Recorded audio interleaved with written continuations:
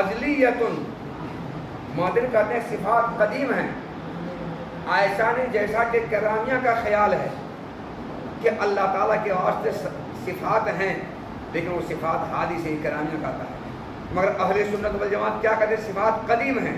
کیوں قدیم کہتے ہیں؟ اس کی دلیل، صفات قدیم ہیں، ازلی ہیں، اس کی دلیل یہ ہے کہ اگر صفات کو حادث مانیں گے تو صفات چونکہ اللہ کی ذات کے ساتھ قائم ہیں تو حوادث کا اللہ کی ذات کے ساتھ قیام لازم آئے گا، اور حوادث کا اللہ کی ذات کے ساتھ قیام محال ہے۔ اس محال ہونے کی وجہ سے صفات سب کے سب قدیم ہے۔ لاستحالۃ قیام الحوادث بذاتی، حوادث کا اللہ کی ذات کے ساتھ قائم ہونا محال ہونے کی وجہ سے یہ صفات سب کے سب قدیم ہے۔ یہ صفات قدیم ہوں گے تو اللہ کے ساتھ قدیم قائم ہے، تو اب حوادث قیام اللہ تعالیٰ نہیں آئے گا بلکہ قدیم کا قیام اللہ تعالیٰ آئے گا۔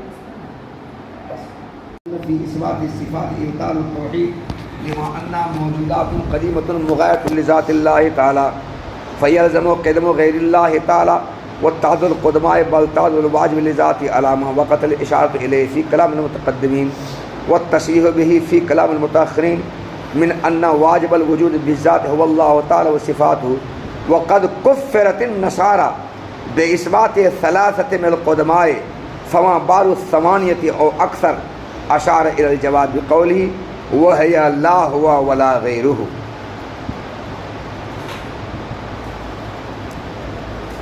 معتزلہ اور فلاسفہ ان دونوں نے اللہ تعالیٰ کے واسطے صفات کے ثبوت کا انکار کیا ہے،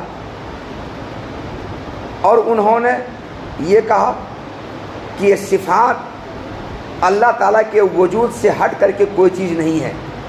علم، قدرت، سماع، بصر، ارادہ، مشیت، تکوین، کلام، حیات اللہ کے وجود سے ہٹ کر کے یہ کوئی چیز نہیں ہے، بلکہ یہ صفات عین ذات باری ہے۔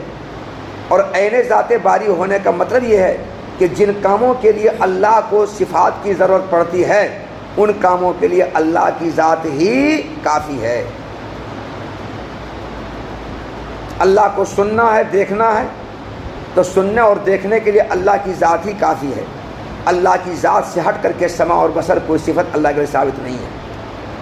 اللہ کو جاننا اور کسی پر قدرت حاصل کرنا ہے تو اس کام کے لیے اللہ کی ذات ہی کافی ہے۔ اللہ کی ذات سے ہٹ کر کے سماع اور بصر کوئی صفت اللہ کے لیے ثابت نہیں ہے۔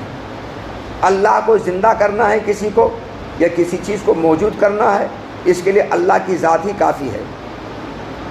اللہ کی ذات سے ہٹ کر کے حیات یا تکوین نام کی کوئی صفت اللہ کے نہیں ہے۔ اللہ کو اگر کسی چیز کے کرنے کو چاہنا ہے اس کے لیے اللہ کی ذات ہی کافی ہے۔ اللہ کی ذات سے ہٹ کر کے ارادہ، مشیت نام کی کوئی چیز اللہ کے لیے ثابت نہیں ہے۔ تو یہ صفات عین ذات باری ہیں، اور عین ذات باری ہونے کا مطلب یہ ہوا کہ جن صفات، جن کاموں کے لیے، جن کاموں کو اللہ کو کرنا ہوتا ہے اور جن کاموں کے لیے صفات کی ضرورت پڑتی ہے ان کاموں کے واسطے اللہ کی ذات ہی کافی ہے۔ اللہ کی ذات سے ہٹ کر کے، اللہ کے وجود سے ہٹ کر کے یہ صفات اللہ تعالیٰ کے ثابت نہیں ہے۔ یہ عقیدہ معتزلہ اور فلاسفہ کا ہے۔ انہوں نے یہ دلیل پیش کی معتزلہ نے کہ اہل سنت والجماعت اگر یہ صفات اللہ تعالیٰ کے تم ثابت مانو گے تو دو حال سے خالی نہیں، یا تو یہ صفات اللہ تعالیٰ کی ذات کا عین ہوں گی یا غیر ہوگی۔ کیا ہوگی؟ یہ اگر یہ صفات اللہ تعالیٰ کی ذات کا عین ہو تو ہم تو یہی بات کہتے ہیں، معتزلہ یہی بات کہتے ہیں نا، معتزلہ فلاسفہ یہی بات کہتے ہیں، تو ہم تو یہی بات کہتے ہیں صفات ذات باری کا عین ہے۔ اور عین ہونے کا مطلب ہوا کہ جن کاموں کے لیے صفات پڑتی ان کاموں کے لیے اللہ کی ذات ہی کافی ہے، اللہ کی ذات سے ہٹ کر کے صفات کا کوئی وجود الگ سے نہیں ہے۔ تو اب تم صفات کو ذات باری کا عین تو نہیں مانو گے، اگر عین مانتے ہو تو تم میرے مسلک کے مطابق کہہ گئے، میری بات مان گئے، ہم تم دونوں ایک کیا ہو گئے، پھر اختلاف کہاں رہا؟ تو اگر تم ان صفات کو اللہ کے ثابت مانتے ہو تو ہم سے اختلاف کرنے کے لیے تم ان صفات کو اللہ کے ذات کے غیر کہو گے۔ کیا کہو گے؟ غیر کہو گے۔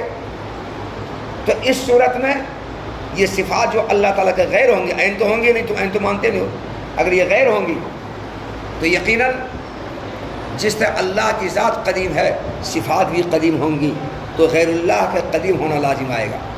اور توحید یہ ہے کہ قدیم صرف ایک ہو، دوسرا کوئی نہ ہو، اور یہاں اللہ کی ذات بھی قدیم ہو گئی اور اللہ کی ذات کے علاوہ دوسرا بھی قدیم ہو گیا۔ یہ توحید کے منافی ہے، توحید اس سے باطل ہو رہی ہے۔ نیز یہ 8 صفات ہیں اور تو 8 قدیم ہوں گے، تو تعدد قدمہ اس میں لازم آئے گا، اور یہ بھی توحید کے منافی ہے، کیونکہ توحید یہ ہے کہ قدیم ایک ہو، اور یہاں قدیم ایک نہیں بلکہ قدیم 9 ہو گئے، 8 صفات اور ایک اللہ کی ذات، 9 قدیم ہو گئے، تو توحید اس سے ہی باطل ہو رہی ہے، توحید ختم ہو رہی ہے۔ یہ بھی محال، یہ بھی غلط ہے، توحید کے خلاف ہو رہا ہے۔ نیز ان 8 صفات کو اللہ کے لیے ثابت ماننے سے اور ان 8 کو قدیم ماننے سے تعدد وجبہ بھی لازم آ رہا ہے، کیونکہ القدیم کی شرح میں متقدمین کے کلام میں اس بات کے اشارہ گزر چکا ہے۔ کیا اشارہ؟ کہ واجب اور قدیم دونوں آپس میں مترادف ہے، اور متأخرین امام الدین زریری اور ان کے متبعین کے کلام میں اس کی صراحت بھی گزر چکی ہے کہ جو قدیم ہے وہ واجب ہے۔ واجب اور قدیم دونوں آپس میں مترادف ہے، دونوں تساوی کی نسبت ہے، کہ اللہ تعالیٰ کی ذات بھی قدیم ہے اور اللہ تعالیٰ کی ذات بھی واجب ہے اور اللہ کے صفات بھی واجب ہے۔ تو اگر تم ان صفات کو اللہ کے ثابت مانو گے اور یہ صفات قدیم ہوں گے تو واجب بھی ہوں گی، تو تعدد وجبہ بھی لازم آئے گا، اور یہ بھی توحید کے منافی ہے، کیونکہ توحید یہ ہے کہ واجب صرف ایک ہو، اور یہ واجب یہاں 9 ہو رہے ہیں، اللہ کی ذات بھی واجب ہے، یہ 8 صفات بھی واجب ہو گئے۔ تو ان صفات کو اللہ کے ثابت ماننے سے یقیناً یہ صفات اللہ کی غیر ہوں گے، اللہ کے عین نہیں ہوں گے، کیونکہ تم عین مانتے نہیں ہو۔ جو غیر مانو گے صفات یقیناً قدیم ہوں گی، کیونکہ اللہ جب قدیم صفات قدیم تو غیر اللہ قدیم ہونا لازم آئے گا، اور چونکہ صفات یہ متعدد ہیں تو تعدد قدمہ لازم آئے گا، اور چونکہ قدیم اور واجب دونوں مترادف ہیں اس سے تعدد وجبہ بھی لازم آئے گا۔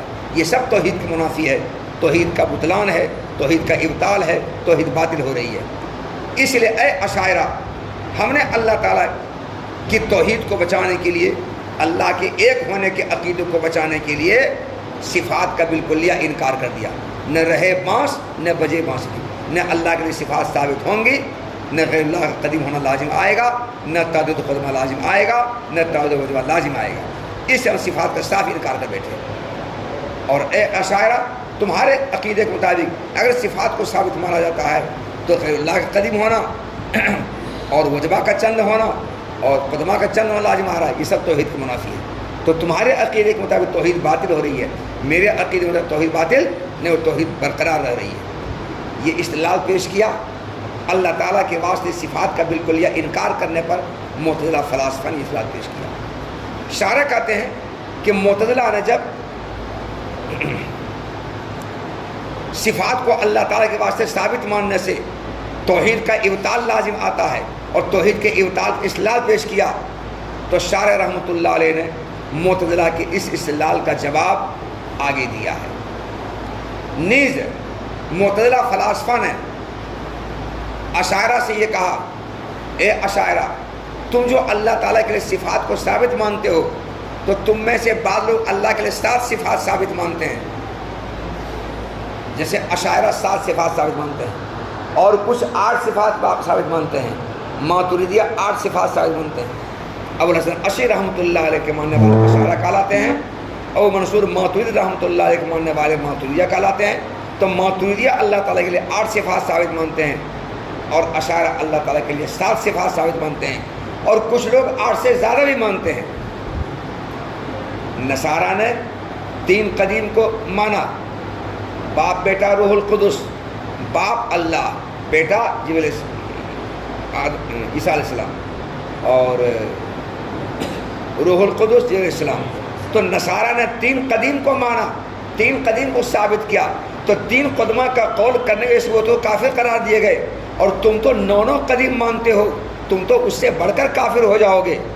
اس نے کہا، معتزلہ فلاسفہ نے کہا، بتاؤ نصارہ 3 قدیم کا قول کرنے کی وجہ سے وہ تو کافر قرار دیے گئے، تم نے اس کو کافر کہا اور ہم نے بھی کافر کہا، تم نے کافر کہا، تو تم تو ان سے بڑھ کر کافر ہو، کیونکہ تم تو 9 قدمہ کے قائل ہو، اللہ کی ذات بھی قدیم اور یہ 8 صفات قدیم۔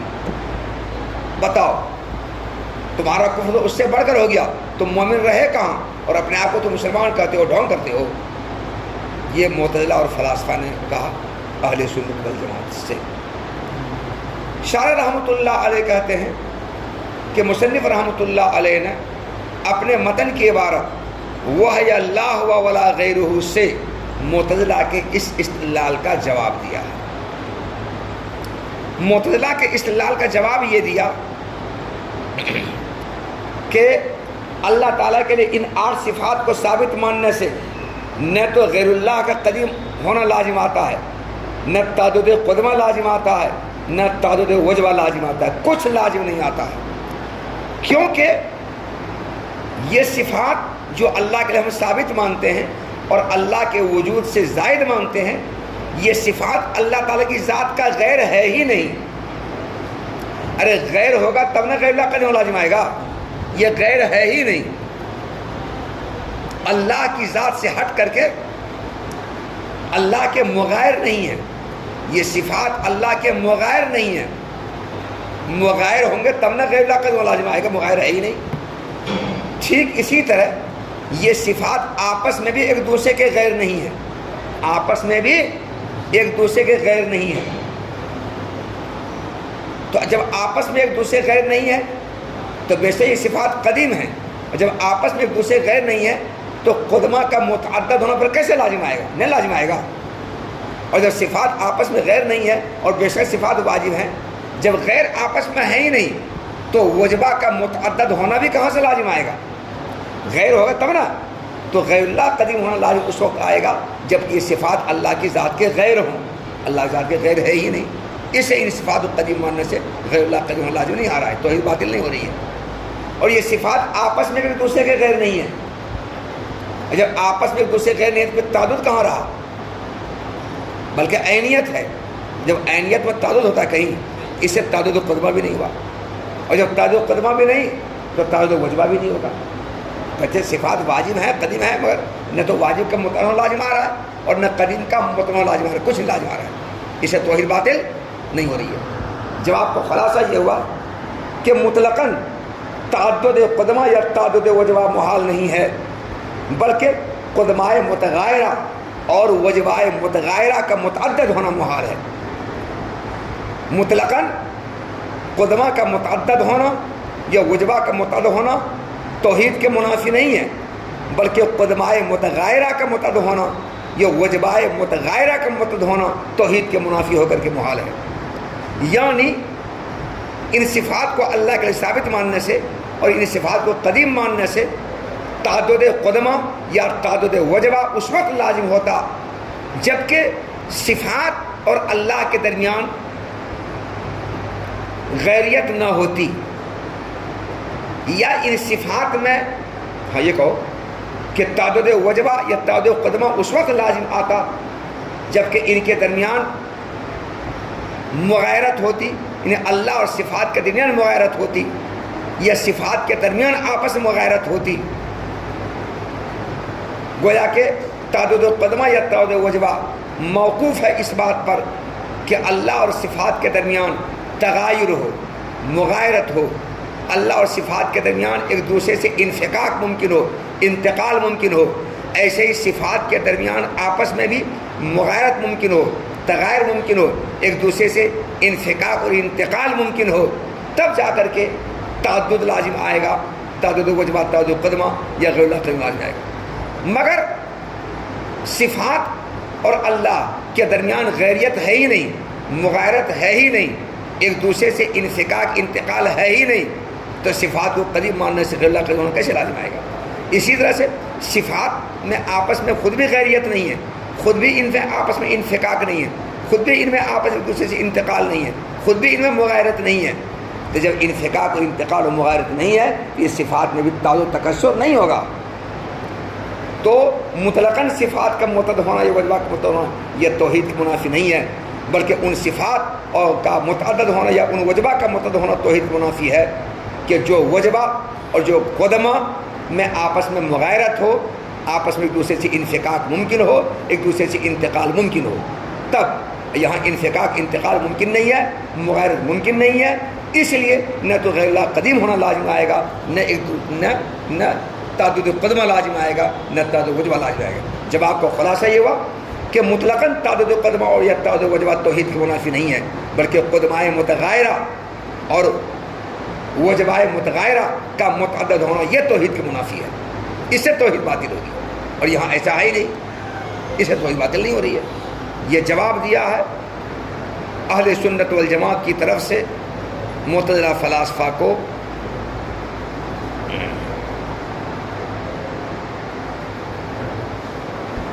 نیز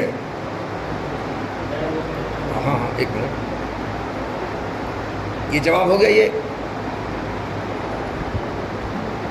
نصارہ کی بات کو لے کر کے جو معتزلہ فلاسفہ نے اہل سنت والجماعت کو گھیرا، تو نصارہ کے اس قول کا جواب یہ دیا جائے گا کہ نصارہ نے 3 اقنوم ثابت کیے ہیں اور تینوں کو قدیم کہا ہے، تو ان تینوں کے درمیان اگرچہ انہوں نے تغیر کی صراحت نہیں کی ہے، ان تینوں کے باہم آپس میں متغیر ہونے کی صراحت نہیں کی ہے، مگر بات کچھ ایسی انہوں نے کہی ہے کہ جس سے خود بخود تغیر لازم آتا ہے، ایک کا دوسرے سے انفکاک انتقال لازم آتا ہے۔ کیا بات کہی انہوں نے؟ بات انہوں نے یہ کہی ہے، انہوں نے یہ کہا کہ 3 اقنوم ہیں، اب ابن وجود اور اب اور ابن، یہ تینوں اور وجود سب مل کر کے ایک ہے۔ کیا یہ ایک ہے؟ وجود اور اب اور ابن یہ تینوں ایک میں مل کر کے ہے۔ 3 اقنوم ثابت کیا، اقنوم نے 3 اصل ثابت کیا، اور تینوں کو قدیم کہتے ہیں وہ، اور تینوں کو ایک مانتے ہیں۔ اس کے بعد انہوں نے کہا کہ اقنوم علم اللہ کی ذات میں جو تھا وہ اللہ کی ذات سے منتقل ہو کر کہاں؟ عیسیٰ علیہ السلام کے بدن میں چلا گیا۔ تو علم کو بھی قدیم کہتے ہیں، وجود کو بھی قدیم کہتے ہیں۔ وجود اس وقت اللہ تعالیٰ ہے اور ابن اس وقت عیسیٰ علیہ السلام ہے، تو عیسیٰ علیہ السلام بھی قدیم اور اللہ تعالیٰ بھی قدیم، اور روح القدس علیہ السلام بھی قدیم۔ تو اقنوم علم جو اللہ تعالیٰ کے ساتھ تھا وہ اللہ کی ذات سے منتقل ہو کر کہاں چلا گیا؟ عیسیٰ علیہ السلام چلا گیا، اور عیسیٰ علیہ السلام کو بھی قدیم کہتے ہیں اور اللہ کی ذات کو بھی قدیم کہتے ہیں۔ تو جن 3 قدمہ کا قول انہوں نے کیا، دیکھو ان کے درمیان تغیر ہوا کہ نہیں ہوا؟ تغیر ہو گیا۔ تو تغیر کی گرچہ انہوں نے صراحت نہیں کی ہے، مغایرت کی صراحت نہیں کی ہے، مگر بات انہوں نے کچھ ایسی کہی ہے کہ جس کی وجہ سے ان پر، ان تینوں کے درمیان مغایرت کا الزام عائد ہوتا ہے نصارہ پر۔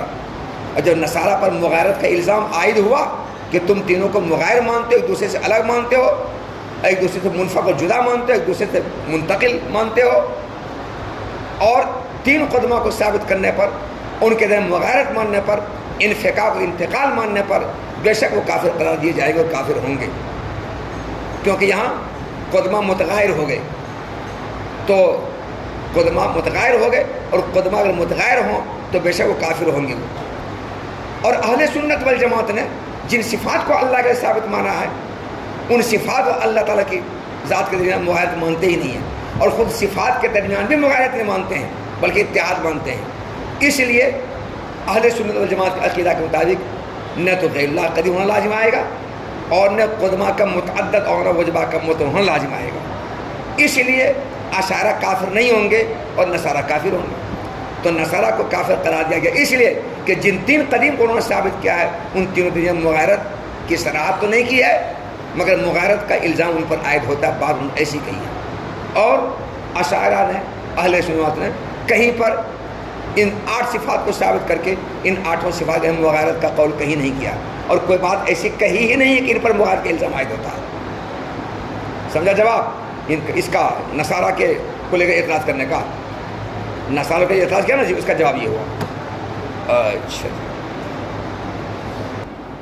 اور جب معتزلہ نے اس طور پر استدلال کیا کہ صفات کو ثابت کرنے میں توحید کا ابطال ہوتا ہے، کیونکہ صفات سب کے سب موجود ہیں، قدیم ہیں، اللہ تعالیٰ کی ذات کے مغایر ہیں، تو ایسی صورت میں غیر اللہ کا قدیم ہونا لازم آئے گا اور قدمہ کا متعدد ہونا لازم آئے گا، بلکہ واجب لذات ہی کا متعدد ہونا بھی لازم آئے گا، جیسا کہ واجب لذات ہی کے متعدد ہونے کی طرف متقدمین کے کلام میں اشارہ گزر چکا ہے اور متأخرین کے کلام میں اس کی صراحت گزر چکی ہے۔ کس کی طرف اشارہ گزرا ہے، کس کی صراحت گزری ہے؟ قدیم اور واجب دونوں کے مترادف ہونے کے بارے میں، یعنی یہ اشارہ گزرا ہے کہ واجب الوجود بذات اللہ تعالیٰ بھی ہیں اور اس کی صفات بھی ہیں۔ تو اللہ کی صفات قدیم بھی ہے اور واجب بھی ہے، تو پتہ چلا کہ واجب و قدیم دونوں باہم مترادف ہیں، تو دونوں کے ترادف کی طرف اشارہ گزر چکا، صراحت گزر چکی ہے۔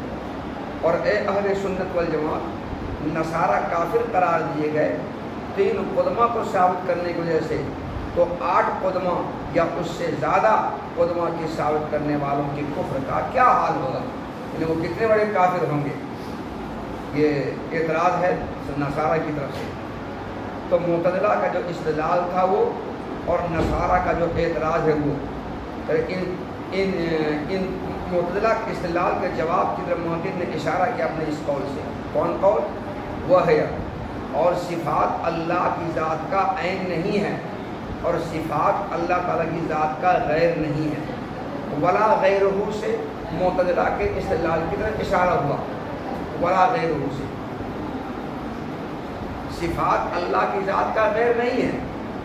جب صفات کو قدیم ہم نے مانا اور اللہ کی ذات کا یہ غیر ہے ہی نہیں، تو غیر اللہ کا قدیم ہونا لازم نہیں آیا، اور یہ صفات آپس میں بھی ایک دوسرے کے غیر نہیں ہیں، تو صفات کے قدیم ماننے سے تعدد قدمہ بھی لازم نہیں آیا، اور قدیم اور واجب اگر باہم مترادف ہیں بھی، تو چونکہ صفات آپس میں ایک دوسرے کے غیر نہیں ہے، مغایرت نہیں ہے، تو تعدد وجبہ بھی لازم نہیں آیا، نہ واجب الوجود کا چند ہونا، نہ قدمہ کا متعدد ہونا، اور نہ غیر اللہ کا قدیم ہونا، ان میں سے کچھ لازم نہیں آ رہا ہے، اور یہی تینوں نے توحید کے منافی ہے، تو توحید کے منافی کہاں ہو رہا ہے؟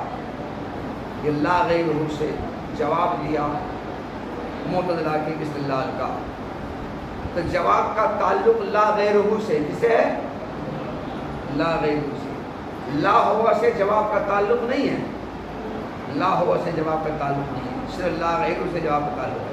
تو چونکہ جواب کا تعلق صرف لا غیرہ سے، لا عینہ سے نہیں ہے، اسی لیے معتزلہ نے، شارح نے یہ نہیں کہا کہ معتزلہ نے معتزلہ کے استدلال کا جواب دیا، یہ نہیں کہا، بلکہ یہ کہا کہ جواب کی طرف اشارہ کیا، اشارہ کیا، کیونکہ معتزلہ کا مقصد اپنی کسی عبارت سے معتزلہ کے استدلال کا جواب دینا نہیں ہے، بلکہ اللہ کی ذات کے مقابلے میں اللہ کی صفات کا حکم بیان کرنا ہے۔ مگر اس حکم بیان کرنے میں حکم کا 2 جز ہے، ایک جز یہ ہے کہ صفات اللہ کی ذات کا عین نہیں ہے، دوسرا یہ کہ صفات اللہ تعالیٰ کی ذات کا غیر نہیں ہے۔ تو چونکہ دوسرا جز معتزلہ کے استدلال کے جواب کے ساتھ تعلق رکھتا ہے، اس لیے جواب کی طرف اشارہ ہو گیا، ورنہ جواب دینا معتزلہ کا مقصد نہیں ہے۔ لیکن اگر معتزلہ کے استدلال کی تقریر یوں کی جائے، کیا کی جائے؟ اگر معتزلہ کے استدلال کی تقریر یوں کی جائے گی کہ اے اہل سنت والجماعت، اگر اللہ تعالیٰ کے تم صفات مانتے ہو تو یہ صفات اللہ کی ذات کے وجود سے ہٹ کر زائد سے چیز مانتے ہو، تو 2 حال سے قائم ہیں، یا تو یہ صفات اللہ کی ذات کا عین ہوں گی یا غیر ہوں گی۔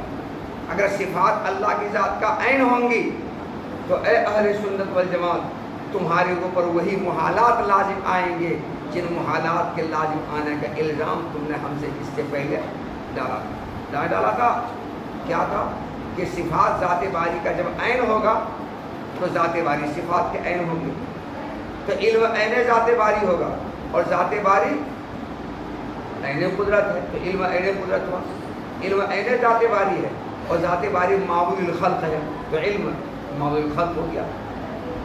علم عین ذات باری ہے اور ذات باری قادر ہے، تو علم قادر ہو گیا۔ سارے محالات ہیں نا، علم کا قادر ہوتا ہے۔ اچھا، اس کے بعد دوسری طرف سے ذات باری عین علم ہے اور علم غیر قائم بذات ہے، تو ذات باری غیر قائم بذات ہوا، ذات باری غیر قائم بذات ہے، ذات قائم بذات ہے، یہ محال ہے یہ۔ تو اگر تم اے اہل سنت اگر صفات کو ذات باری کا عین مانو گے تو جن محالات کے لازم آنے کا الزام تم نے ہم پر قائم کیا، وہی الزامات تمہارے اوپر بھی آئیں گے۔ اور اس صفات کو ذات باری کا غیر مانتے ہو تو پھر غیر اللہ کا قدیم ہونا اور ان صفات کے قدیم ماننے سے تعدد قدمہ ہونا اور قدیم و واجب کے مترادف ہونے سے تعدد وجبہ ہونا لازم آئے گا. اور یہ تینوں کے تینوں توحید کے مخالف توحید کی منافی ہے تو اختلاف ہوگا. اگر معتزلہ کی یہ تقریر کی جائے گی تو جواب کا تعلق متن کی عبارت کے دونوں ٹکڑے سے ہوگا اور پھر جواب کا مطلب یہ ہوگا کہ اے معتزلہ تم ہم پر الزام عائد کرتے ہو صفات کو ذات باری کا عین ہونے کی صورت میں جن محالات کے لازم آنے کا الزام تم نے ہم پر دیا وہ الزام ہم پر عائد نہیں ہوتا ہے کیونکہ ہم صفات کو ذات باری کا عین مانتے ہی نہیں ہیں. جب صفات کو ذات باری کا عین نہیں مانتے ہیں تو وہ سارے محالات کے لازم آنے کا الزام ہم پر عائد نہیں ہوگا. کیا ہو گیا؟ اور ہم صفات کو ذات باری کا غیر مانتے ہی نہیں ہیں. جب غیر نہیں مانتے ہیں تو صفات غیر اللہ کا قدیم ہونا بھی لازم نہیں آئے گا.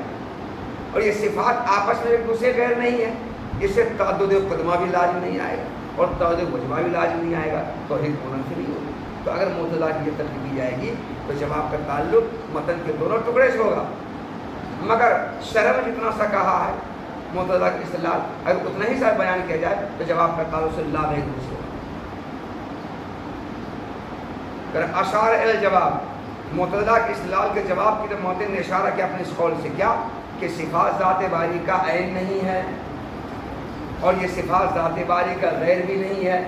نہ تو عین ہے کہ وہ سارے محالات لازم آئیں جو محالات محالوں پر لازم آ رہے تھے اور نہ صفات ذات باری کا غیر ہے کہ غیر اللہ کا قریب ہونا لازم آئے اور تعدد قدم و تعدد وجبہ لازم آئے. مطلب یہ ہے کہ اللہ تعالیٰ کی صفات ذات باری کا عین نہیں ہے اور نہ ذات باری کا غیر ہے. دونوں میں سے کوئی بات نہیں ہے. اس لیے غیر کا قدیم ہونا بھی لازم نہیں آئے گا اور نہ تکثر قدمہ لازم آئے گا. اور جواب ہو گیا ان کا. اب نصارہ جو اعتراض کیا تھا اہل سنت کو کہ اے اہل سنت بتاؤ کچھ لوگ صفات کو 7 مانتے ہیں کچھ 8 مانتے ہیں کچھ 8 سے زائد مانتے ہیں. تو اے اہل سنت متکلمین تو لوگ صفات کو 7 مانتے ہو کوئی 8 مانتے ہو کوئی 8 سے زیادہ مانتے ہو اور سب کو قدیم مانتے ہو. نصارہ نے 3 قدیم کو مانا تو 3 قدیم کو ماننے سے کافر قرار دیے گئے. تو تم لوگ تو 7 8 9 10 12 قدیم مانتے ہو تم کتنے بڑے کافر ہوئے. یہ نصارہ کا اعتراض ہے اہل سنت پر. تم تو سب سے بڑے کافر ہو گئے. کہاں تم مومن رہے؟ اس کا جواب اشارہ دے رہے ہیں کہ نصارہ نے جن 3 اقنوم کو ثابت کیا ہے ان 3 اقنوم کے درمیان تغیر کا قول انہوں نے درج نہیں کیا ہے مگر بات انہوں نے کچھ ایسی کہی ہے کہ جس کی وجہ سے تغیر لازم آتا ہے مغایرت لازم آتی ہے. اور اس سے پہلے اشارہ کی طرف سے معتزلہ کو یہ کہا جا چکا ہے کہ مطلقاً تعدد قدمہ تکثر قدمہ توحید کے منافی ہو کر محال نہیں ہے بلکہ قدمہ متغایرہ اور قدمہ متغایرہ کا تکثر و تعدد توحید کے منافی ہو کر محال ہوگا. مطلقاً تعدد قدمہ یا تکثر قدمہ محال نہیں ہے. اور صفات ذات باری کا غیر ہے ہی نہیں اور صفات آپس میں ایک دوسرے کے غیر نہیں ہے مغایرت نہیں ہے. تو گرچہ صفات میں تکثر ہے مگر صفات میں ایک دوسرے میں تغایر نہیں ہے انفکاک نہیں ہے انتقال نہیں ہوتا ہے. ایک صفت کا دوسری صفت سے انتقال انفکاک نہیں ہوتا ہے اور صفات کا اللہ کی ذات سے انفکاک انتقال نہیں ہوتا ہے.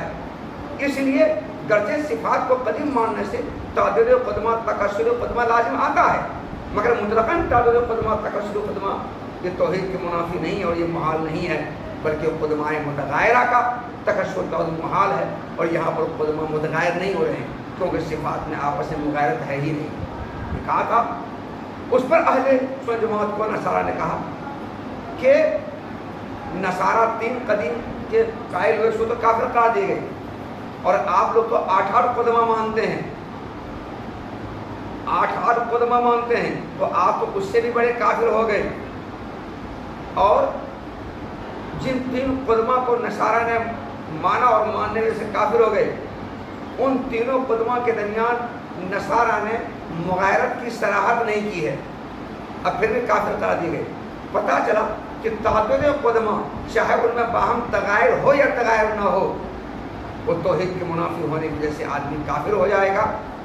جب یہ بات ہے تو اے اہل جماعت، تم نے یہ کیسے کہہ دیا کہ مطلقاً تعدد قدمہ تکسر قدمہ توحید کے منافی نہیں ہے، محال نہیں ہے، بلکہ وہ قدمہ متغیرہ کرتا ہو تکسر، تم نے کیسے کہہ دیا بات؟ نصارہ نے تو جن تین قدمہ کو ثابت کیا ہے ان کے درمیان تغیر ہونے کی سراحت نہیں کی ہے، متغیر ہونے کی بات کہیں نہیں کہی ہے، اب پھر بھی تم ان کو کافر کر رہے ہو۔ کیا مان ہو رہا ہے کہ مطلقاً تعدد قدمہ تکسر قدمہ توحید کے منافی ہے، چاہے تغیر ہو یا نہ ہو؟ اس کا جواب اہل سنت کی طرف سے دیا گیا ہے کہ نصارہ نے گرچہ تینوں قدمہ کے درمیان تغیر کی صراحت نہیں کی ہے، مگر بات انہوں نے کچھ ایسی کی ہے جس سے تغیر لازم آتا ہے، اور جس سے یہ لازم آتا ہے کہ جن تینوں قدمہ کو ثابت مانتے ہیں ان تینوں قدموں تغیر کو مان رہے ہیں۔ کیا بات کی انہوں نے؟ تین اقانیم ثابت کیے، ایک اقنوم وجود، دوسرا اقنوم علم، تیسرا اقنوم حیات، یہ تین، اور تینوں کے مجموعہ الہ ہے۔ اس کے بعد انہوں نے کہا کہ اقنوم علم جو اللہ تعالیٰ کے پاس تھا وہ اللہ کی ذات سے منتقل ہو کر عیسیٰ علیہ السلام چلا گیا، اور عیسیٰ علیہ السلام دوسرا اقنوم ہے۔ تو دیکھو جی، عیسیٰ علیہ السلام اور اللہ تعالیٰ کے درمیان، یعنی وجود اور علم کے درمیان انہوں نے مغایرت کا قول کیا، تو منہ سے تو کچھ نہیں بولے، مگر بات ایسی کہی کہ اقنوم علم اور اقنوم وجود کے درمیان تغیر اپنے آپ ہو گیا، اور جب یہاں سے منتقل ہو کر ادھر چلا گیا تو اقنوم علم کا انفکاک اور انتقال اور زوال اقنوم وجود سے ہوا کہ ہوا، اور انتقال انفکاک اور زوال ہی کو تو کہا جاتا ہے تغیر، تو تغیر تو پایا گیا، مغایرت پائی گئی۔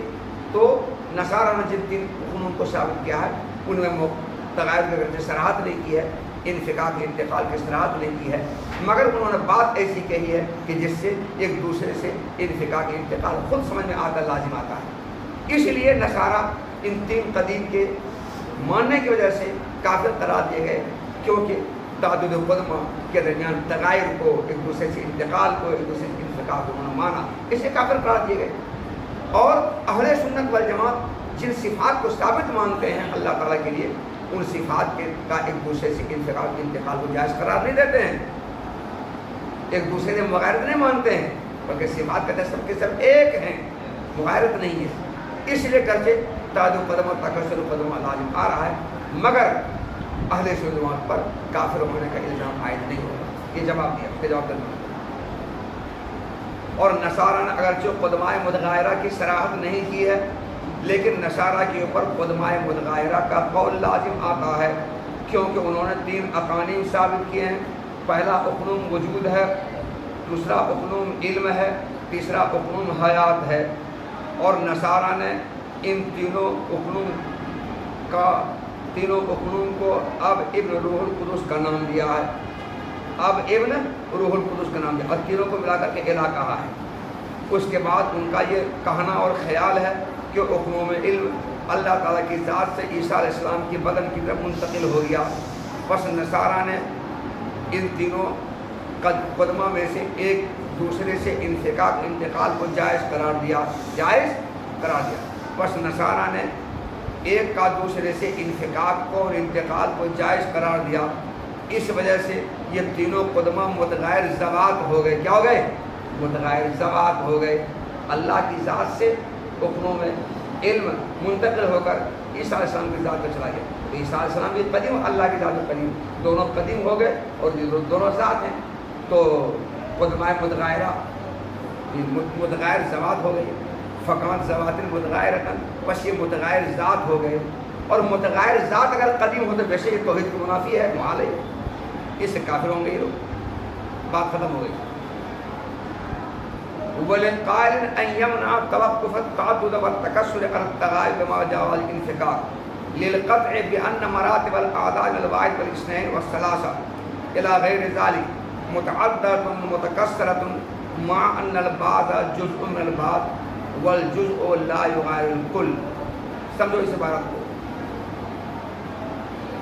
معتزلہ کے استدلال کا جواب دیتے ہوئے اشاعرہ نے کہا تھا کہ اگر صفات کو ہم ثابت مانتے ہیں اور صفات کو قدیم مانتے ہیں تو گرچہ تعدد قدمہ لازم آتا ہے، اور تکسر قدمہ لازم آتا ہے، مگر مطلقاً تعدد قدمہ اور تکسر قدمہ توحید کے منافی نہیں ہے۔ مطلقاً تعدد قدمہ تکسر قدمہ تو سے توحید باطل نہیں ہوگی، اس لیے ہم کافر نہیں ہوں گے۔ ہاں، ان متعدد اور متکثر قدمہ کے درمیان باہم تغایر ہو، ایک کا دوسرے سے انفکاک اور انتقال ہو، تو بھلے تعدد قدمہ اور تکسر قدمہ لازم آئے گا، مگر یہ صفات گرچہ قدیم ہیں مگر نہ یہ اللہ کی ذات کا غیر ہیں، نہ اللہ کی ذات سے منفک اور جدا ہو سکتے، منتقل ہو سکتے ہیں، اور نہ یہ قدمہ آپس میں ایک دوسرے کے غیر ہیں اور ایک دوسرے سے منفک، منتقل اور جدا ہو سکتے ہیں، بلکہ اللہ کی ذات کے ساتھ صفات سٹے ہوئے ہیں، اور یہ صفات سب کے سب سٹے ہوئے ہیں، ایک دوسرے سے الگ ہیں ہی نہیں۔ تو اللہ اور اس کی صفات کے درمیان تغایر نہیں ہوا، اس سے غیر اللہ کا قدیم ہونا لازم نہیں آیا، اور صفات میں بھی آپس میں تغایر نہیں ہے، ایک دوسرے سے انفکاک، انتقال نہیں ہے۔ اس لیے گرچہ تعدد قدمہ تکسر قدمہ ہو رہا ہے، مگر ان قدمہ کے درمیان چونکہ تغایر نہیں ہے، مغایرت نہیں ہے، انفکاک، انتقال نہیں ہے، اس لیے قدمہ متغایرہ یہاں پر نہیں پایا جا رہا ہے۔ اگر قدمہ متغایرہ ہوں تو ان کا تعدد و تکسر توحید کے منافی ہونے سے توحید باطل ہوگی اور آدمی کافر ہوگا، مگر چونکہ یہاں قدمہ متغایرہ کا تعدد و تکسر نہیں ہو رہا ہے، اس لیے صفات کو اللہ کے لیے ثابت مانو، قدیم ماننے سے کوئی استحالہ لازم نہیں آئے گا، توحید کے منافی نہیں ہوگا اور آدمی کافر قرار نہیں دیا جا سکتا۔ تو مطلقاً تعدد قدمہ تکسر قدمہ توحید کے منافی ہونے سے محال نہیں ہے، بلکہ قدمہ متغایرہ کا تعدد و تکسر محال ہے، اور یہاں قدمہ کا متغیر ہونا پایا نہیں جا رہا ہے، کیونکہ قدمہ آپس میں دوسرے غیر ہے ہی نہیں۔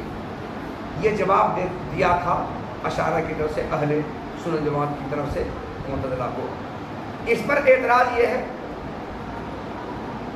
کہ کوئی یہ کہہ سکتا ہے کہ تعدد و تکسر کو آپ نے تغایر پر جو موقوف قرار دیا ہے، تغایر بمعنی امکان انفکاک اور امکان انتقال پر جو آپ نے موقوف قرار دیا ہے، اور آپ نے کہا کہ اشیاء متعددہ اور متکثرہ کے درمیان تعدد و تکسر اسی وقت ہوگا جبکہ ان اشیاء متعددہ اور متکثرہ کے درمیان تغایر ہو، ایک دوسرے سے انفکاک، انتقال ہو، تبھی ہوگا۔ یہ جو آپ نے بات کہی تھی، ہم یہ تسلیم نہیں کرتے ہیں کہ اشیاء متعددہ اور متکثرہ کے درمیان تعدد و تکسر تبھی ہوگا جبکہ وہ ان میں آپس میں تغایر پایا جائے، ایک دوسرے سے انفکاک، انتقال پایا جائے، تبھی تعدد و تکسر ہوگا۔ ہم یہ نہیں مانتے، بلکہ چند چیزوں میں تعدد و تکسر ہے، ہم مثال دے رہے ہیں، اور ان میں تغایر نہیں ہے، ایک کا دوسرے سے انفکاک، انتقال ممکن نہیں ہے، تغایر نہیں، مغایرت نہیں ہے، پھر بھی متعدد متکثر، تو تعدد و تکسر تو پایا جا رہا ہے اشیاء کے درمیان۔ مثال دے رہے ہیں، جیسے مراتب اعداد ہیں، مراتب اعداد 1 2 3 4 5 6 7 8 9 1000 2000 10,000 2000 وغیرہ، اتنے اعداد کے جو مراتب ہیں، 1 سے لے کر کے 2 3 4 5 لا الہ نہایہ، یہ سارے اعداد کے مراتب متعدد متکثر ہیں، باوجود ہے کہ ان میں آپس میں مغایرت نہیں ہے، ایک کا دوسرے سے انفکاک اور انتقال نہیں ہو سکتا ہے، ایک کا دوسرے سے جدائی نہیں ہو سکتی ہے۔ جب انفکاک، انتقال نہیں ہو سکتا ہے، جدائی نہیں ہو سکتی ہے، مغایرت نہیں ہے، تو تعدد و تکسر نہیں ہونا چاہیے۔ لیکن عقلاء اور متکلمین ان اعداد کے متکثر اور متعدد ہونے پر متفق ہیں۔ مثلا اس طرف 8 کا عدد ہے، اس طرف 10 کا عدد ہے، یہ 8 اور 10 کا جو عدد ہے یہ عدد متعدد ہے، متکثر ہے، اور سارے متکلمین اور اشاعرہ 8 کو بھی متعدد اور 10 کو بھی متعدد مانتے ہیں، دونوں کو متکثر مانتے ہیں، لیکن 8 اور 10 ان میں 8 10 کا جز ہے اور 10 8 کا کل ہے، متعدد ہے، متکثر ہے، لیکن 10 کل ہے 8 کا اور 8 اس کا جز ہے، اور جز کل کے مغایر نہیں ہوتا ہے، جز کا کل سے انفکاک، انتقال نہیں ہوتا ہے۔ اگر جز کا اپنے کل سے انفکاک اور انتقال ہوگا، مغایر ہوگا، تب تو پر وہ کل ہی نہیں رہے گا. یہ بلڈنگ ہے, اس بلڈنگ میں جو اجزاء ہیں ان اجزاء کا اس بلڈنگ سے انفکاک اور انتقال اور زوال ہو جائے تو یہ بلڈنگ رہے گی پھر؟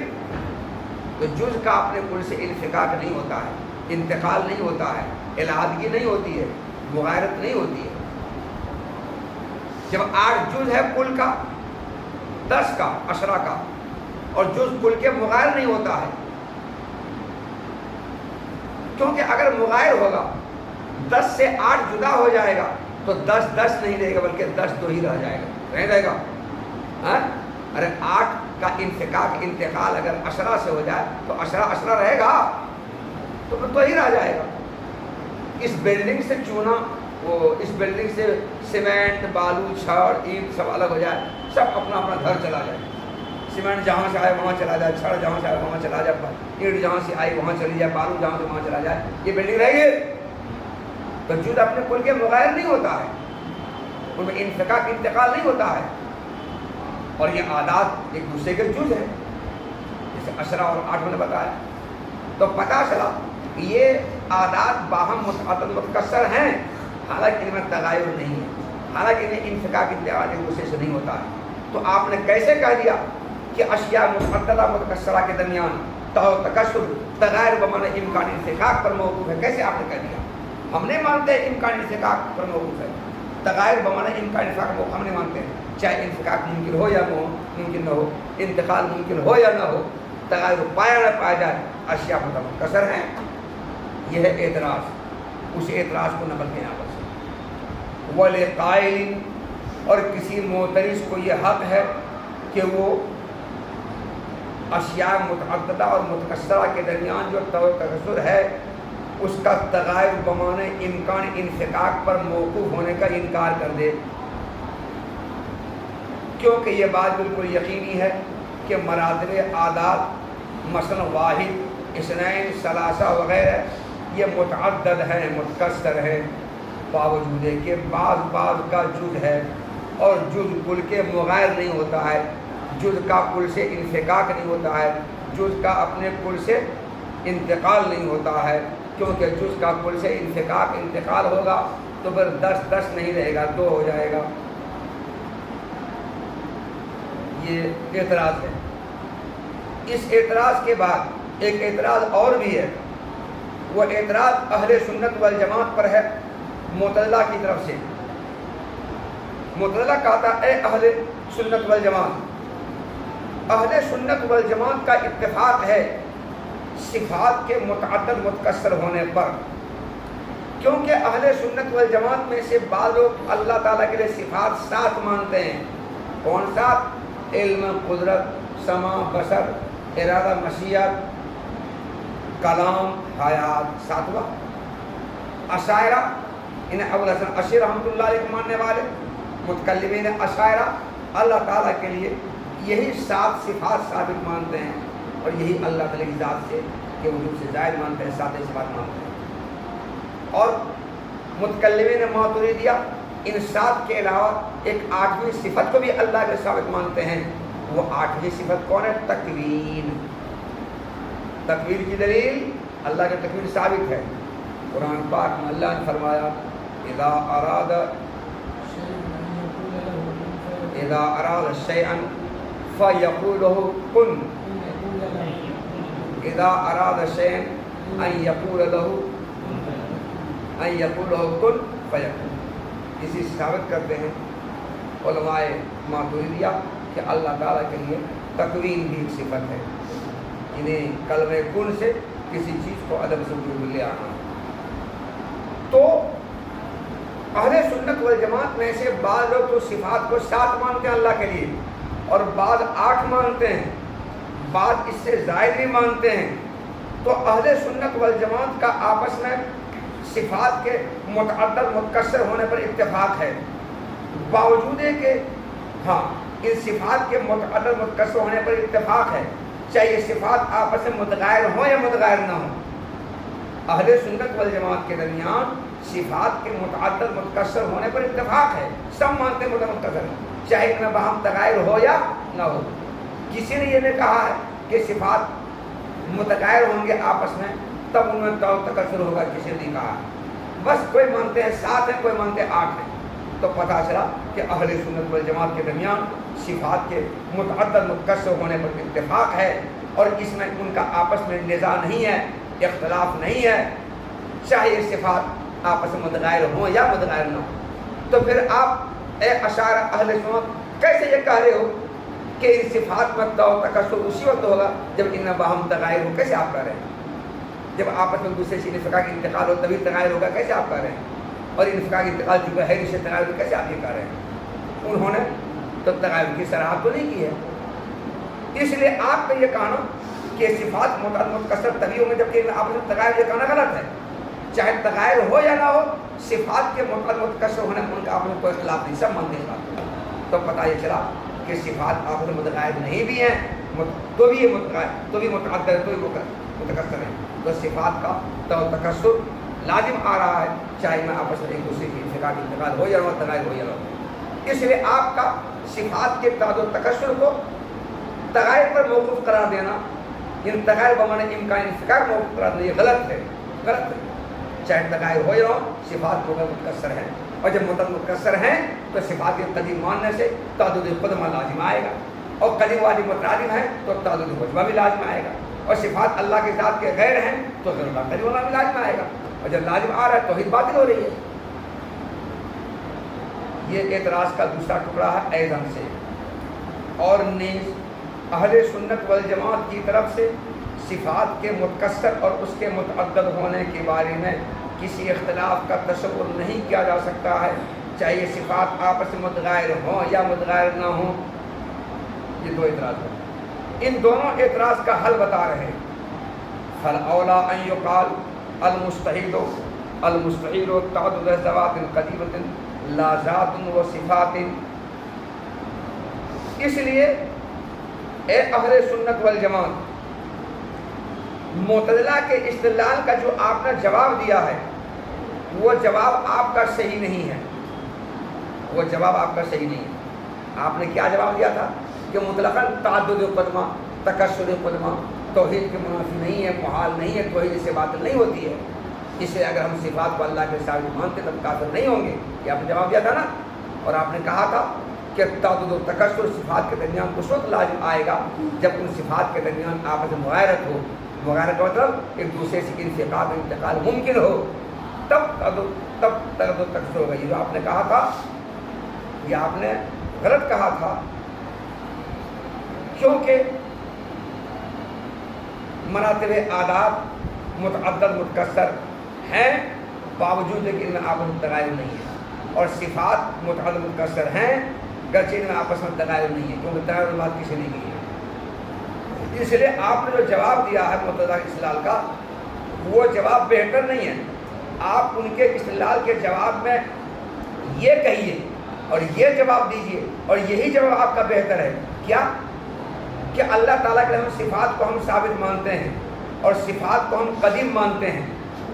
تو صفات کو قدیم ماننے سے, ثابت ماننے سے, قدیم ماننے سے زیادہ سے زیادہ ایک ذات کا مع اس کی صفات کا قدیم ہونا لازم آ رہا ہے. ایک ذات مع اس کی صفات کا قدیم ہونا لازم آ رہا ہے, اور ایک ذات مع اس کی صفات کا قدیم ہونا یہ محال نہیں ہے, یہ توحید کی منافی نہیں ہے. توحید کے منافی اور محال کو ذوات قدیمہ کا متعدد ہونا ہے. کیا ذوات قدیمہ کا متعدد ہونا ہے. توحید کے منافی, توحید کے خلاف اور محال ذوات قدیمہ کا متعدد ہونا ہے. یہ ہے محال, یہ ہے توحید کے منافی. اور ہم صفات کو اللہ کے ثابت مانتے ہیں, قدیم مانتے ہیں, تو زیادہ سے زیادہ ایک ذات کا قدیم ہونا اور ان کی صفات کے ساتھ ایک ذات قدیم ہونا لازم آ رہا ہے. تو یہ جو لازم آ رہا ہے یہ محال نہیں ہے, توحید کی منافی نہیں ہے. اور جو توحید کے منافی ہے, محال ہے, وہ لازم نہیں آ رہا ہے. یہ جواب دیجیے آپ. تو اے اشاعرہ جواب آپ یہ دیجیے, یہ جواب آپ کا بہتر رہے گا. فالاولیٰ, بس معتزلہ کے جواب میں یہ کہا جانا زیادہ بہتر ہے کہ محال تو ذوات قدیمہ کا متعدد ہونا ہے, نہ کہ ایک ذات کا مع اس کی صفات کا متعدد ہونا محال ہے, نہ کہ ایک ذات کا مع اس کی صفات کا متعدد ہونا محال ہے, میں اس کی صفات کا، یہ ما کس کا معنی ہے؟ واو، لا ذات و صفات، یہ واو معنی ما کے فالاولا، بس بہتر یہ جواب میں یہ کہا جانا بہتر ہے کہ محال تو ذوات قدیمہ کا معتد ہونا ہے، یہ چند ذات ہو اور سبھی کے سبھی قدیم ہو، یہ بھی ذات، یہ بھی ذات، یہ بھی ذات اور سبھی قدیم، یہ ہے محال، اس سے تو یہ بات ہوگی۔ اور اللہ کے صفات کو ثابت مانتے ہیں تو زیادہ زیادہ ایک ذات اور اس کے ساتھ چند صفات کا یوں آ جاتا ہے، لیکن ذوات قدیمہ کا مطلب نہیں آ رہا ہے۔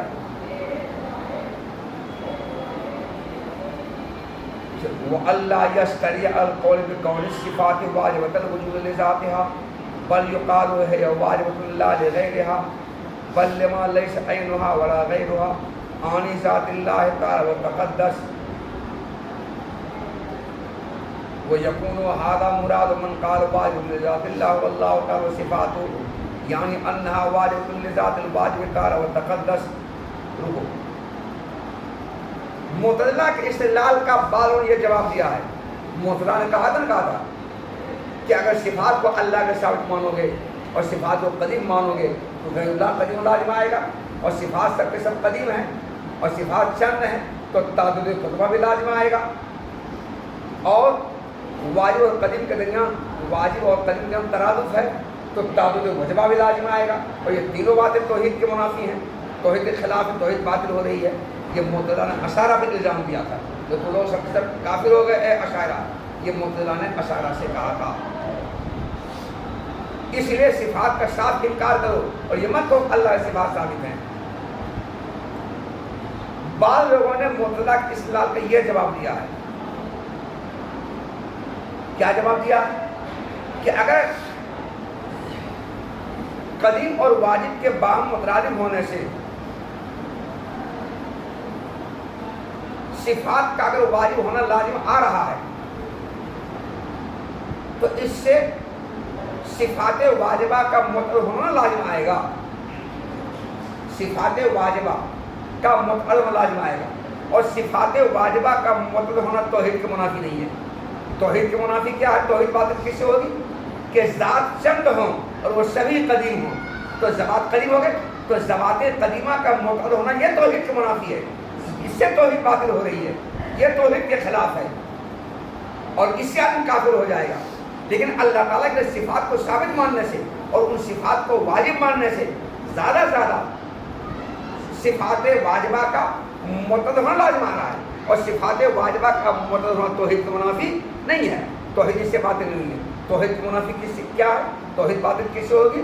ذوات قدیمہ کا مطلب ہونا، اور صفات کو اللہ کے ثابت ماننے سے، ان کو قدیم ماننے سے، ان کو واجب ماننے سے زیادہ زیادہ قدمہ کا مطلب ہونا یہ صفات واجبہ کا مطلب لازم آ رہا ہے، اور قدمہ کا مطلب ہونا یہ صفات واجبہ کا مطلب ہونا یہ توحید منافی نہیں ہے، توحید منافی ہے، ذوات قدیمہ کا مطلب لازم نہیں آ رہا ہے۔ بعض لوگوں نے یہ جواب دیا ہے معتزلہ کے استدلال کا، سارے کہتے ہیں یہ جواب دینے کی جرات نہ کی جائے، یہ جواب دینے کی جرات نہ کی جائے، بلکہ صفات کے واجب الوجود لذات ہی ہونے کو تسلیم کیا جائے اور واجب کو ثابت کے معنی میں لیا جائے۔ یہ کہا جائے کہ بے شک جس طرح اللہ واجب الوجود ہیں صفات بھی واجب ہیں، مگر واجب بمعنی ثابت کے ہیں، مگر یہ صفات واجب بمعنی ثابت کس کے لیے واجب بمعنی ثابت ہے؟ کیا اللہ کے علاوہ کسی اور کے لیے؟ نہیں، یہ نہیں، بلکہ اللہ کے لیے۔ تو یہ صفات واجب ہیں مگر واجب بمعنی ثابت کے ہیں اللہ کے لیے، جو اللہ اپنی صفات کا نہ عین ہے نہ غیر ہے، تو اللہ تعالیٰ کی ذات کے واسطے صفات واجب بمعنی ثابت ہیں۔ تو صفات کے واجب ہونے کا انکار نہ کیا جائے، بلکہ صفات کا واجب ہونا تسلیم کر کے جواب دیا جائے، اور یہ کہا جائے کہ صفات واجب ہیں مگر واجب بمعنی ثابت کے ہیں، صفات واجب الوجود ہیں یعنی ثابت ہیں اللہ کی ذات کے لیے، یہ مطلب ہے۔ اگر ثابت ہیں تو واجب اس معنی میں نہیں ہے جو اللہ واجب ہے، اللہ جس معنی واجب اس معنی میں واجب نہیں، بلکہ ثابت کے معنی میں ہے۔ اللہ واجب ہے، اللہ کا واجب ہونے کیا مطلب ہے کہ اس کا وجود اصلی اور خارج ذات ہے، اس کا وجود کسی کا محتاج نہیں ہے، تو اس معنی میں اللہ کی صفات واجب نہیں ہے، بلکہ اللہ کی صفات واجب ہے، اس معنی میں وہ اللہ کے لیے ثابت ہے۔ وَأَلَّا يَسْتَعِ الْقَوْلِ، اور صفات کے واجب وجود لذاتی ہونے کے قول کی جرت نہ کی جائے، بلکہ یہ کہا جائے کہ صفات واجب ہیں یعنی ثابت ہیں، بلکہ واجبۃ، بلکہ یہ واجب ہیں، بلکہ واجبۃ بمعنی ثابتۃ، بلکہ یہ واجب بمعنی ثابت ہیں، لا لغیرہا، ثابت کس کے لیے ہیں؟ اللہ کے علاوہ کے لیے ثابت نہیں ہے، بلکہ اس ذات کے لیے ثابت ہے جو ذات اللہ کا نہ عین ہے اور نہ اللہ کا غیر ہے۔ وہ ذات جو اللہ کا عین غیر نہیں، وہ کون ہے؟ میری مراد اس سے اللہ تعالیٰ و تقدس کی ذات ہے۔ تو اللہ تعالیٰ و تقدس کی جو ذات ہے وہی صفات کا نہ عین نہ غیر ہے، اسی کے لیے صفات ثابت ہے۔ اب جن لوگوں نے صفات کو واجب الوجود کہا ہے، تو صفات کو واجب الوجود لذاتی، ان کا کہنے کا مطلب یہی ہے کہ اللہ تعالیٰ تو واجب وجود ہے اور ان کی صفات بھی واجب ہے، لیکن ان کی صفات واجب ہے یعنی ثابت ہیں اللہ تعالیٰ کے لیے۔ تو جن لوگوں نے صفات کو بھی واجب کہا، اللہ کو واجب کہا، تو اللہ کو واجب کہنے کا مطلب کہ ان کا وجود اصل و خانہ ذات ہے، ان کے وجود کی کوئی ابتدا نہیں ہے، اور صفات کو واجب کہنے کا مطلب کہ یہ صفات اللہ کی ذات کے لیے ثابت ہے۔ تو جن لوگوں نے اللہ تعالیٰ اور ان کی صفات دونوں کو واجب وجود کہا ہے، ان کی مراد یہی ہے کہ بے شک اللہ تعالیٰ کی ذات واجب ہے اور صفات بھی واجب ہے، مگر اللہ کی ذات کو واجب ہونے پر تو ان کا وجود اصل و خانہ ذات ہے، اور صفات کو واجب ہونے پر تو اس صفات اللہ کے ثابت ہے۔ جن لوگوں نے اللہ اور اس کی صفات کو واجب وجود کہا، ان کے کہنے کا یہی مطلب ہے کہ صفات واجب مانا ثابت ہے اللہ تعالیٰ کے لیے۔ اور یہی مراد ہے ان لوگوں کی جنہوں نے یہ کہا، کیا کہا کہ واجب وجود لذاتی اللہ تعالیٰ اس کی صفات دونوں ہیں، یعنی یہ مطلب ہے کہ صفات واجب ہے مانا ثابت ہیں، واجب تعالیٰ و تقدس کی ذات کے لیے، وہ اما فی نفسہا، جب صفات اللہ تعالیٰ کی ذات کے لیے واجب و ثابت ہے، مگر یہ صفات اپنے بذات خود ہیں کیا؟ تو کہ صفات اپنی ذات میں ممکن ہے، صفات اپنی ذات میں ممکن ہے، چنانچہ جمہور اشاعرہ نے صفات کو ممکن ہی مانا ہے۔ اب صفات کو ممکن اگر کہو گے، ارے صفات واجب ہے اللہ تعالیٰ کی ذات کے لیے ثابت ہے، مگر یہ صفات اپنے آپ میں کیا ہے؟ ممکن ہے، بذات خود یہ ممکن ہے، اللہ کے لیے ثابت ہے مگر بذات خود یہ ممکن ہے۔ یہ گلاس دوسرے کے کام آنے والا مگر بذات خود شیشہ ہے، یہ گلاس دوسرے کے لیے مفید ہے، دوسری خدمت کرنے والا ہے، مگر اپنے آپ میں شیشہ ہے، یہ مان ہوا۔ تو صفات اللہ تعالیٰ کے لیے ثابت ہے مگر بذات خود وہ ممکن ہے۔ اب جب ممکن ہے تو کل ممکن حادثوں کے تحت صفات کا حادث اللہ ہماری صفات قدیم ہے، اس کا جواب دے رہے ہیں کہ جب کوئی ممکن کسی قدیم ذات کے ساتھ قائم ہو اور اس قدیم ذات کی وجہ سے وہ ممکن واجب پہ ہو رہا ہو، تو پھر اس ممکن کا قدیم ہونے میں کوئی استعارہ نہیں ہے، ممکن ہونے کے باوجود وہ قدیم ہوگا، وہ قدیم ہوگا وہ۔ تو جب کوئی ممکن قدیم ذات کے ساتھ قائم ہو اور اس قدیم ذات کی وجہ سے واجب پہ ہو رہا ہو، تو اس ممکن کے قدیم ہونے میں کوئی استعارہ نہیں ہے، اس لیے وہ ممکن حادث نہیں ہوگا، وہ ممکن قدیم ہوگا، یہ جواب دیا ہے۔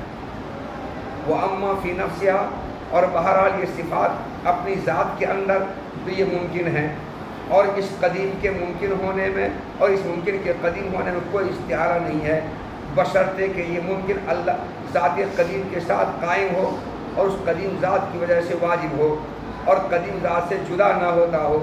تو ایسا ممکن جو قدیم ذات کے ساتھ قائم ہو اور قدیم ذات کی وجہ سے واجب ہو اور قدیم ذات سے جدا نہ ہوتا ہو، ایسا ممکن قدیم ہوگا، اس کے قدیم ہونے میں کوئی استعارہ نہیں ہے۔ فَلَيْسَ كُلُّ قَدِيمٍ إِلَٰهًا حَتَّىٰ يَلْزَمَ مِنْ وُجُودِ الْقُدَمَاءِ وُجُودُ الْآلِهَةِ لَٰكِن يَنبَغِي أَن يُقَالَ إِنَّ اللَّهَ تَعَالَىٰ قَدِيمٌ بِذَاتِهِ مَوْصُوفٌ بِصِفَاتِهِ وَلَا يُطْلَقُ الْقَوْلُ بِالْقُدَمَاءِ لِئَلَّا يَذْهَبَ الْوَهْمُ إِلَىٰ أَنَّ كُلًّا مِنْهَا قَائِمٌ بِذَاتِهِ مَوْصُوفٌ بِصِفَاتِ الْأُلُوهِيَّةِ۔ بس بعض لوگوں کا یہ خیال ہے کہ ہر قدیم الہ ہوتا ہے، ہر قدیم الہ ہوتا ہے، تو بعض لوگوں کا یہ خیال ہے کہ ہر قدیم الہ ہوتا ہے۔ شاعر رحمۃ اللہ علیہ یہاں پر کہتے ہیں